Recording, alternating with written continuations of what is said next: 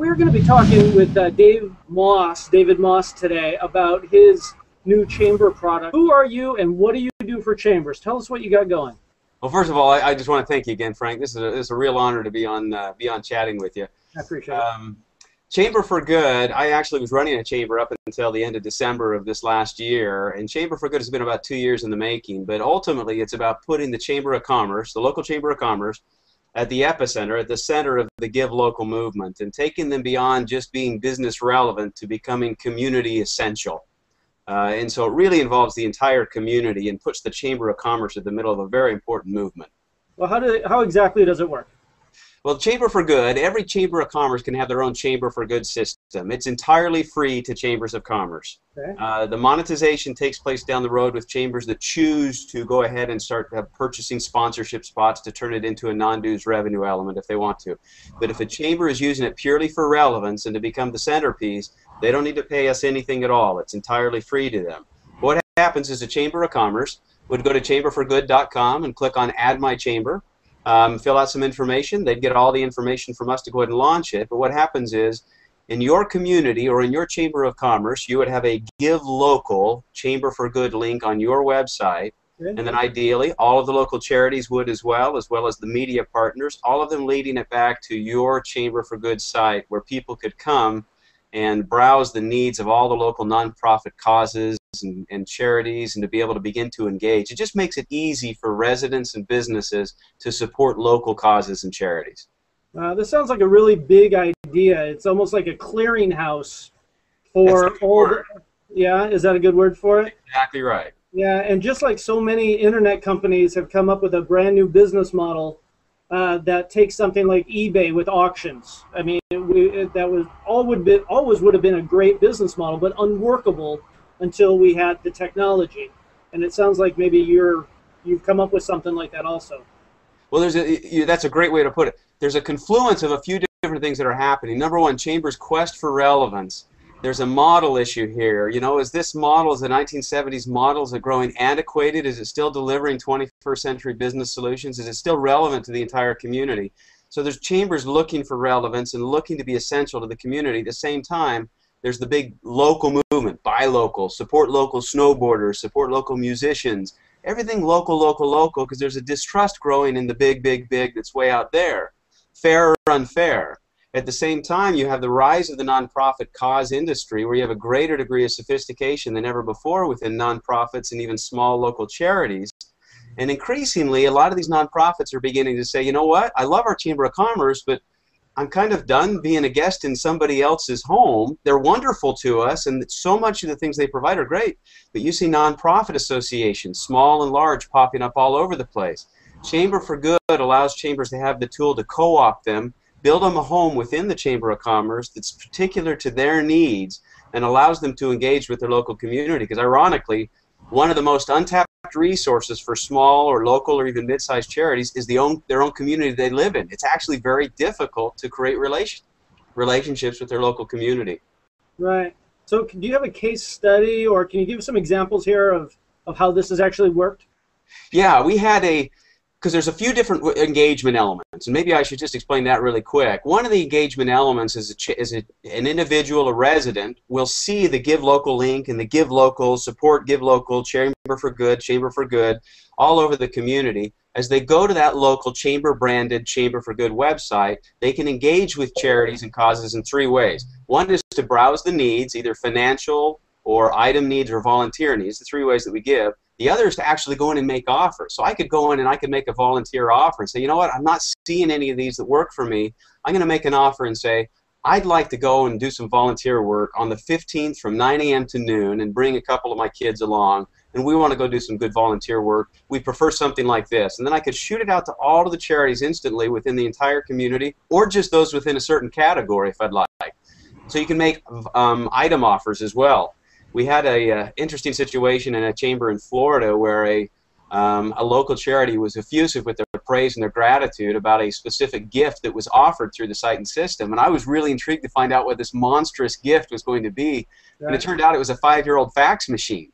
Oh, really? That particular charity, it was huge. And how else would that individual, I mean, would they have taken the time and effort to call around a bunch of charities? Do you need a 5-year-old fax machine, what would they have done? But with this mechanism, that relationship was built. So gifts large and small, items large and small, volunteering projects large and small, and then the ultimate engagement tool is within every Chamber for Good system, the chambers are all running email drives, and what it is about is getting your entire community and population to go into your Chamber for Good site, put your email address in at the bottom, and every Monday you'll receive an automated email telling you about all of the local needs that exist right now at this moment. Whether or not they choose to do anything with it is up to them, but at least they're being made aware of it, and sitting at the top of that wonderful email that everybody will adore and love because it helps them feel part of a community sits the Chamber of Commerce logo, is the one that puts the whole thing together and makes it happen. So it's fun starting to see. Again, we just launched in January, and by the end of February it was already up to about 15 chambers, and now just in the last month and 10 days we're already over 40 chambers and moving toward the 50 mark. So it's moving along great, and it's just fun to see some of the stories coming through and the interactions and the relevance building. Interesting. How labor intensive is it for the chamber to, what's at the very minimum they have to do, and then what should they do if they want to make it really successful? That is a fantastic question, because as a former chamber executive myself, I was not looking for more work. Yeah. And you've got to have low input, high output types of processes and systems. And previous to my chamber life, I owned a software company, and we built database management systems and things like that.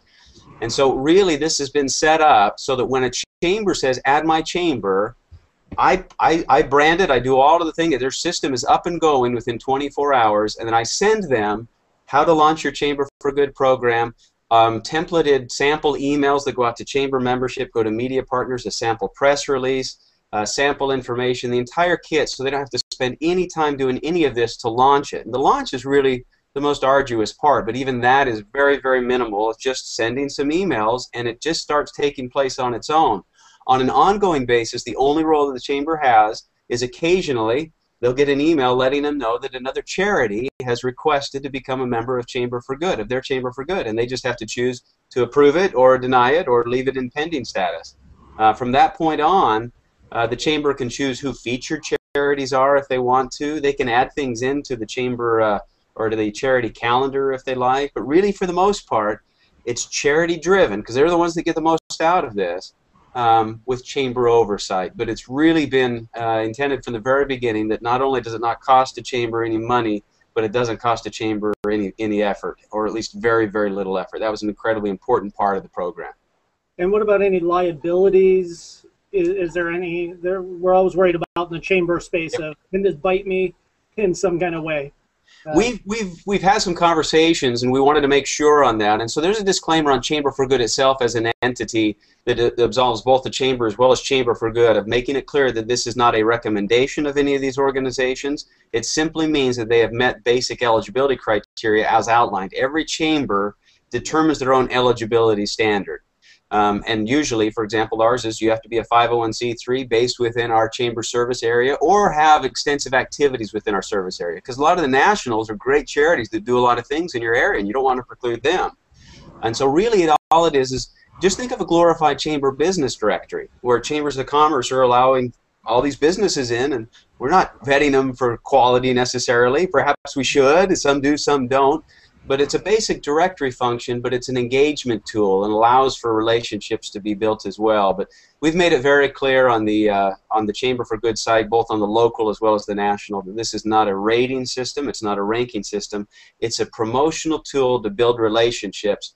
You do your own research, but we want to make sure that we shine a bright light on these great backyard causes. Yeah, very interesting. Now you said there's a non-dues revenue component, possibly?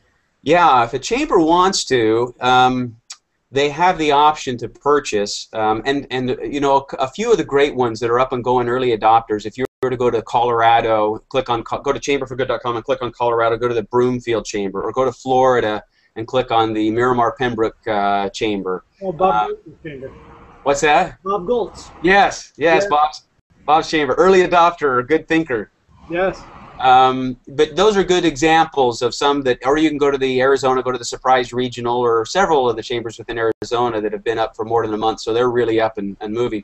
But you'll see that there is a place not only to thank our media partners, and that's where chambers can give visibility to the media partners that are regularly promoting at no cost to the chamber Chamber for Good, but they can also turn around and sell up to 4 sponsorship spots on the Chamber for Good website and earn some non-dues revenue. For example, at Surprise Regional Chamber of Commerce, we sell those spots for $1,000 a piece.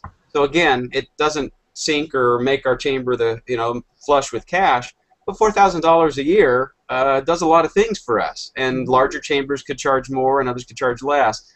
That's the only time that they would pay anything. So depending on the amount of members a chamber has, if they decide to use the non-dues revenue component, then they'll pay somewhere between $200 and $350 per spot. A smaller chamber would only spend $150 and then could sell it for whatever they like on an annualized basis.